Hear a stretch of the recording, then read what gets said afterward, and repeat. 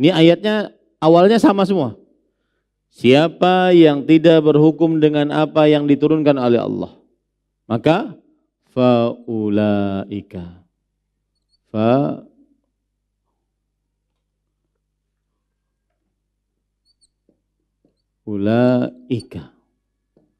humul kafirun. Yang pertama kafir, mereka lah orang-orang yang kafir. Yang kedua humul zalimun, zalim. Yang ketiga humul fasiqun, fasik. Barang siapa yang tidak berhukum dengan apa yang Allah turunkan, maka mereka lah orang-orang yang kafir, orang-orang yang zalim, orang-orang yang fasik. Al-Maidah 44, 45, 47. Ya, Al-Maidah 44, 45, 47.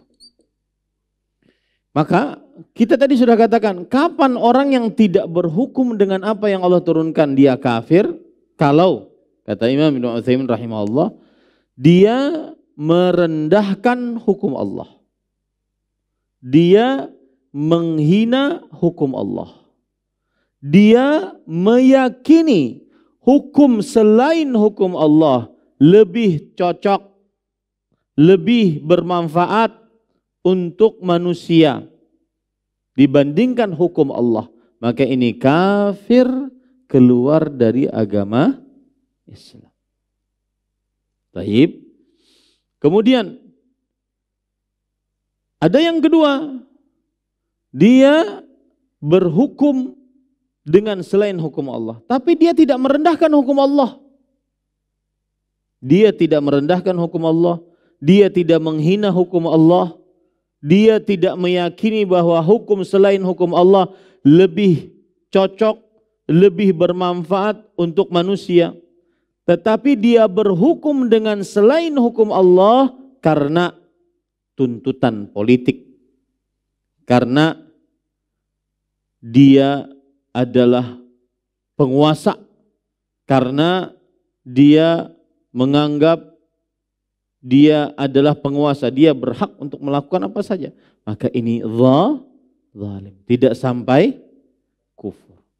Yang ketiga, kapan dia fasik, yang tidak berhukum dengan hukum Allah? Dia tidak merendahkan hukum Allah, dia tidak menghina hukum Allah, dia tidak menganggap hukum selain hukum Allah lebih baik, lebih bermanfaat untuk manusia. Tetapi dia berhukum dengan selain hukum Allah karena dunia, karena hawa nafsu, maka ini yang fasik. Jadi kalau bisa kita runut, ini karena politik, ya, karena desakan partai misalkan, kelompok, maka ini zalim. Kapan fasik? Karena dunia dan atau hawa nafsu.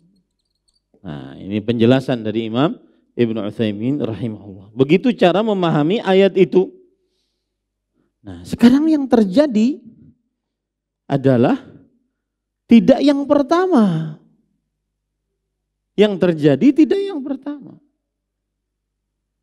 yaitu berhukum dengan selain hukum Allah, bukan karena menghina Al-Quran dan hadis, bukan karena merendahkan Al-Quran dan hadis, bukan karena menganggap hukum Al-Quran dan hadis kurang cocok, bukan karena menganggap undang-undang lebih bermanfaat dibandingkan Al-Quran dan hadis, tidak.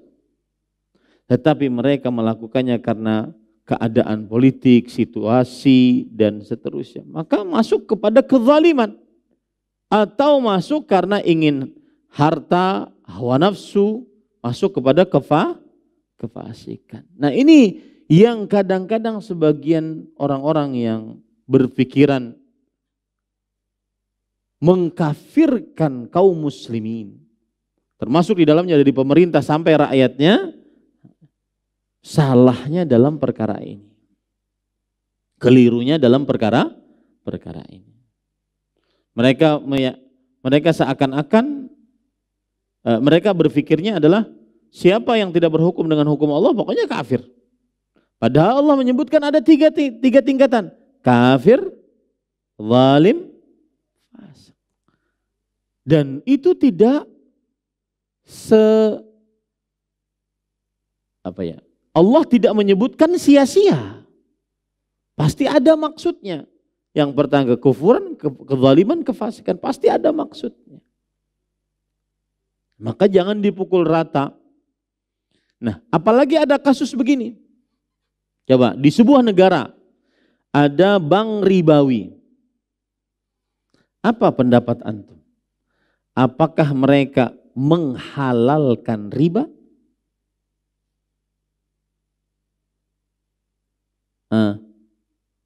Di sebuah negara ada bank ribawi. Apakah berarti orang yang mengadakan bank ribawi di negara tersebut kemudian mereka menghalalkan riba? Tidak. Tidak. Contoh sekarang di tengah masyarakat kita, berhutang 1 juta, bayar 1.100.000.